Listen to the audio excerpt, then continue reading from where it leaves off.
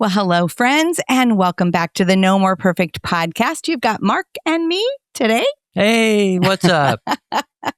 And today we are going to talk about repair. Oh, that's my favorite topic.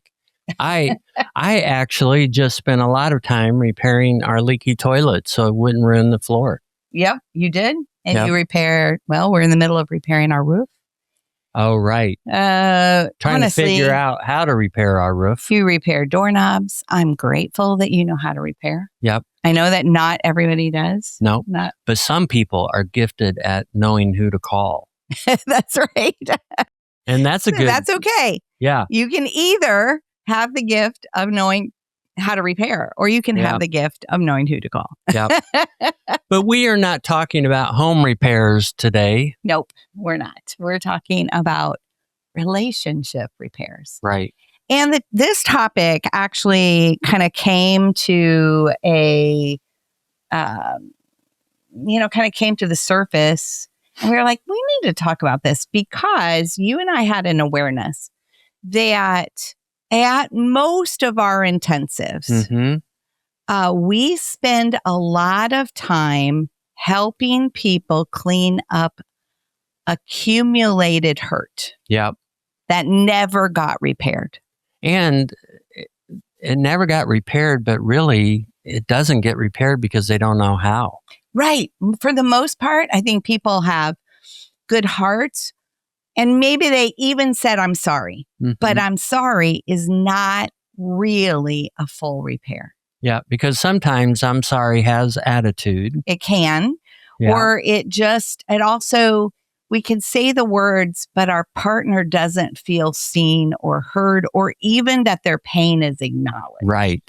Right. And so that is the piece that I think gets missed when somebody's like, well, goodness, 3 years ago when this thing happened, I said I was sorry. Yeah, you might have said you were sorry, but your partner didn't really feel like you understood how your actions impacted them. Right. Right. And so what happens when we have accumulated hurt that doesn't get repaired is we can become resentful, we can grow bitter, and we can really, our hearts get pulled apart over time. I think, too, that like they hoard those hurts, they hoard that negative thinking, and they start to react to one another in negative ways. And right, all of that falls under bitterness and all of that. But everybody's just walking on eggshells because there's this thing, this cesspool of collected hurts that haven't been healed. Oh, I like those words. Collected hurts that haven't been healed. Yeah. Yeah. And for the most part, we just don't know how to heal them. No. We think we do our best with what we know, but we just don't know how to heal them. And so that's what we really want to talk about today. We want to help you to understand what that looks like to actually clean something up in your marriage. And we're not just talking about big things. We're also talking about little things. And, a little thing might be here. This is one we've had actually several times in the last few months is a grocery store run. And you often do that. You do the grocery store runs a lot of times. And you were supposed to get a certain things, and somehow you come home without certain things. Yeah. Yeah. I'm sure somebody stole them out of my grocery cart. No. There was one time, though. I was you needed a spice. Yeah. This is classic Mark. I was standing there reading it. I'm like, yeah, this is it. Somebody came up and started talking to me. Mark, haven't seen you for a long time. We just chatted up. And then I said, good to see you. See you later. Put the spice back on the shelf and walked away. I was like, oh my gosh. Of course, I didn't realize it till I got home. And right. said, and then I was like, hey, where's whatever Right. it was? I can't remember what it was. And you Yeah. were like, no, I had it. And then you looked around and then you kind of went back in your head and you were like, oh my gosh. I can't. And I needed it for a recipe. Right. But you immediately, okay, there was no intentionality on your part, right? Right. But you acknowledged that mistake affected me. Right. Right. And you immediately said to me, oh, Jill, I am so sorry. I know that I had that in my hand, but I just must have absentmindedly put it back on the shelf. And after having that conversation, and I know you need that for a recipe. And so I'm sure right now you're terribly disappointed, but would you like me to run back up to the store and get it? Right. And I said, no, I'll figure out something else. And you immediately said, okay, well, I do ask for your forgiveness. Will you forgive me? Mm-hmm. And I said, absolutely. I know you didn't do that on purpose, but you cleaned it up. Right. And right there is the parts of what it looks like to actually fully repair something. You acknowledge what you did. You acknowledge how it affected the other person. And then you actually ask for forgiveness. Right. And you make that a question. You don't say, please forgive me. You say, will you please forgive me? And that requires an action from the other person, which helps to actually heal their heart. Right. And at that moment, they can answer in one of two ways. They can answer, I forgive you. Or they can answer, I'm going to have to work on that. Yeah. You know, and that part, so let's kind of work it backwards. But we have had many times where couples we've worked with have said, I'm going to have to work on that, or I'm going to have to think about that. And then we encourage them to actually write down what their partner asked for forgiveness for, work through it, and then come back to them when they can actually offer that forgiveness. And we've also started asking people to do that within 24 to 48 hours. Because sometimes if they're avoidant or resistant to conflict, they'll put it off. And that leaves, so that actually breaks trust for the spouse that asked forgiveness if we don't come back and clean up and communicate that we forgive them. Right. And here's the thing about forgiveness. Forgiveness is a choice. It is not a feeling. Right. If you're going to wait until you feel like forgiving, you will be waiting for the rest of your life. Right. So you have to choose it based upon the fact that God gave it to you, and He tells us that we are to forgive as we have been forgiven. Right. Yeah. And so, and that forgiveness is 100%. It's not partially given, and He's holding on to a portion to remind us or to hold against us for possibly later. Yeah, which is what a lot of times we want to do. Right. Now, in big things, forgiveness does not equal trust being rebuilt. Now, obviously, when Mark forgot the spice, that's not a broken trust situation. And so that doesn't apply. But when it is a situation on something big, that forgiveness is given, but that doesn't mean trust is rebuilt. It means trust can be rebuilt. It means the door is open for trust to be rebuilt. Yeah. But oftentimes what we are actually, especially like when I think about our intensives and we're helping people work through accumulated hurt. And sometimes there are people that can go way, way, way, way back, right? Mm-hmm. And so oftentimes we feel like they have this incredible memory to hold offenses against someone. Okay. And they may have that. Like that may be a personal struggle. But more often than not, what's actually happening is that never, ever got cleaned up in the first place. Right. And so they're hurting, and it is causing them to not know what quite to do with that hurt. And because then maybe it feels like that their trust was broken in that moment. And then really their heart wasn't tended to. Right. That tending to a person's heart, it's so interesting when we've led couples through that process of cleanup and someone's heart is actually tended to and they can feel the authenticity from the other person. You can see it in their face.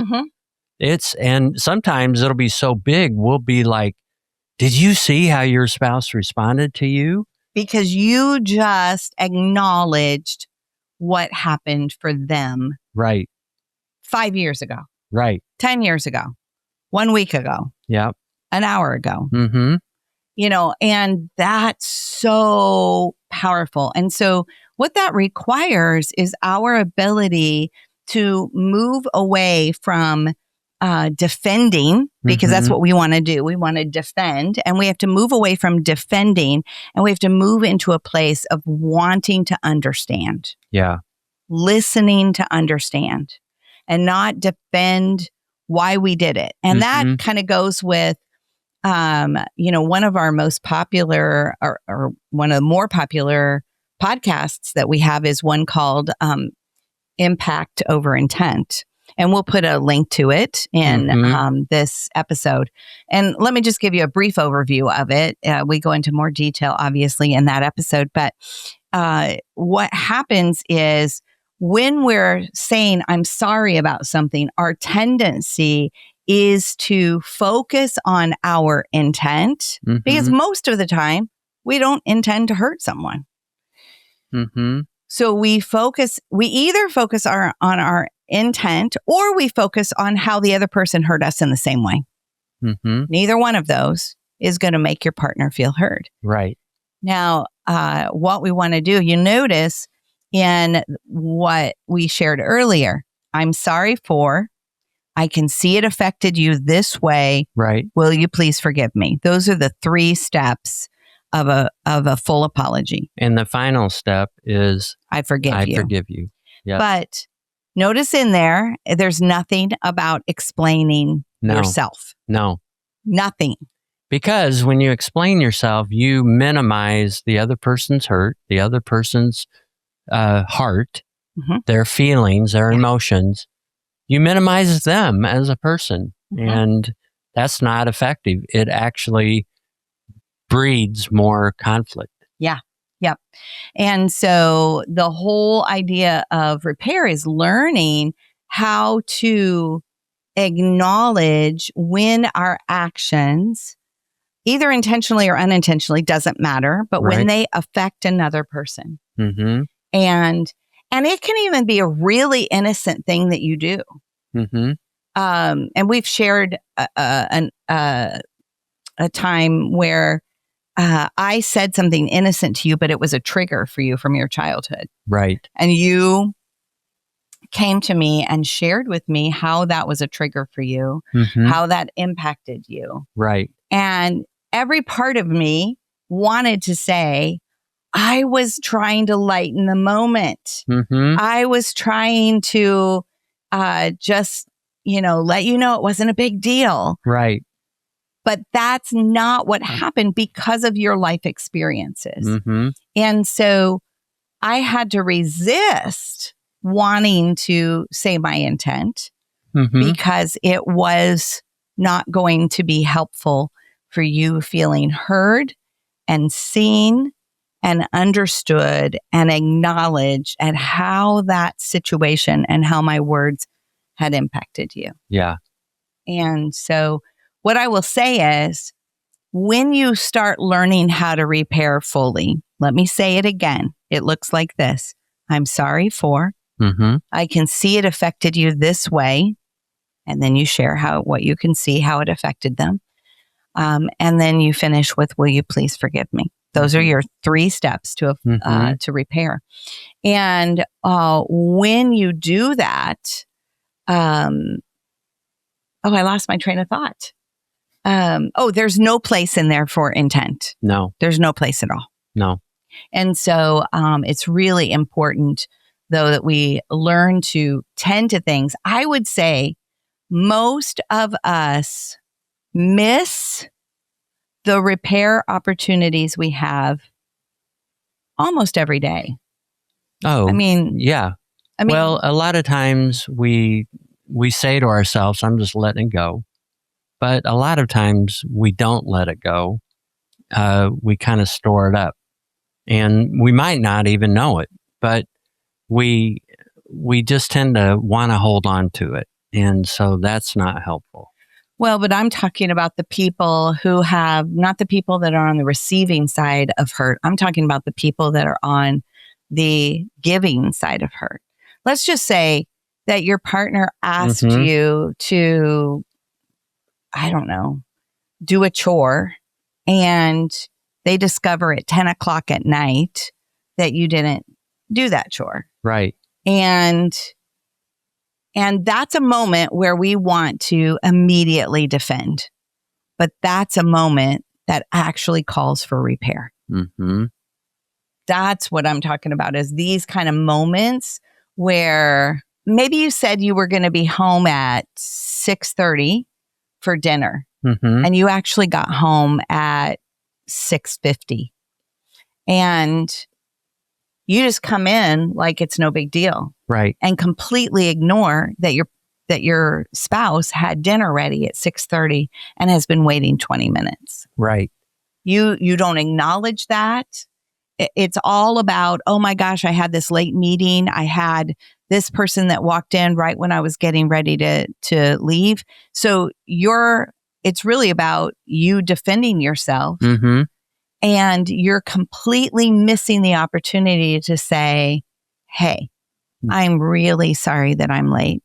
And I am sure that you had dinner ready at 6:30 and that you were expecting me then, and that you've probably been wondering where I was. And I'm sure that hasn't felt good, and maybe has made you feel a little unimportant. Yeah. And there's even times where you can say, is that correct? Or has that made you feel anything different that I need to understand? And your partner might tell you something different. Right. And then you might even then clean that up. Okay, I understand then. I'm sorry that it made you feel whatever way your partner just shared with you. Right. Will you please forgive me? That's what we're talking about when it comes to repair. Yeah. And so we have to be more intentional about repair, because when there is distance in relationships, when there is accumulated hurt, it's usually because there has not been repair over the years. And what's amazing is you can, with our intensives, you spend an entire weekend sorting through these things, understanding these dynamics, and both of you cleaning up things with each other, acknowledging things with each other, learning how to do that. And then you start doing that in real time. That's how you grow a 2.0 marriage. Right. Totally. Is you start acknowledging how your actions impact your partner. Yeah. And that's powerful. As you were saying that, I was thinking, gosh, everything in life needs repaired. Homes, cars, computers. Oh. Our bodies. Right. And we understand it for the hard parts of life. Yeah. The hard parts of life, like the, when your computer's broken, when your phone's broken, when your screen's broken. Right. Like the hard parts of life. We don't understand it, how important it is for the soft parts of life, which is the relationships. Totally. Yeah. Yep. And let's go back to where you were talking about repairing our toilet. And we had discovered it was leaking. Yeah. And it was leaking underneath. We didn't realize that. And when you leave it leaking, or you either leave it or you don't know about it, it doesn't get repaired. That's eventually going to rot the floor. Yep. And the subfloor. And maybe even like worse. Could be worse. Yep. Right? Yeah. And so what a picture for what happens in relationships. Right. Totally. Because when we don't repair something or lots of somethings, we can start to have rot in our relationship. Right. It rots the connection. It rots the love. It rots the foundation. And it's so important to move to a value of cleanup and repair. And I can immediately hear somebody going, my partner would never do that. And here's what I want you to know. Regardless of whether your partner would ever do that, you're called to do it. Right. Yep. You're called to do it. Yep. Like we are called, in as much as it depends upon us, live at peace with those around us. You know, you and I talk a lot because we hear this all the time. That very thing, that my spouse would never do this, or my friend, or whoever. And we're not called to reflect what that other person is going to do or not do. We are called as Christ followers to reflect, to mirror Christ. Yeah. And that raises the bar. And, we can't say, well, Jesus didn't apologize. Well, he wasn't wrong. Like, right. So, but he was humble. He was humble. Yep. And he tended to people's hearts. Yes. Consistently. Yep. Yes. He absolutely, and he certainly, exhibited forgiveness. Yes. Yeah. I mean, in a huge way. And, let's take this beyond, beyond the marriage relationship, which we've talked a lot about it in here, but as parenting. Yeah. Parenting repair is important in parenting. When you mess up, let your kids know that you messed up. Say what you're sorry for, acknowledge how it affected them, and then ask for their forgiveness. Yeah. That's powerful. When you have a friend and you're late, or something happens that you're not able to, show up for something, really put yourself in their shoes before you address that. I'm so sorry I'm not going to be there. I know that this was important to you. And I know that I fear that might make you feel even more alone. And so I want to acknowledge that. Yeah. Will you please forgive me? Like, we can use this in all relationships. Right. Because all relationships experience what is called ruptures. That's kind of what comes before a repair. A rupture is a disappointment. It's a hurt. It's a difficulty in a relationship. Yeah. And ruptures require repair. Yeah. And so let's learn how to be good repairers in relationship. Yeah. Yeah. I'm going to close in prayer. I do. Father, help every person who's listening to become proficient at cleaning up repairs. Mm-hmm. And Father, help us to learn how to reflect Christ in all that we do. Help us to mirror Him and not our spouse or the person that is offended by us. Just, Lord, help us to live life well. In Jesus' name, amen. Amen.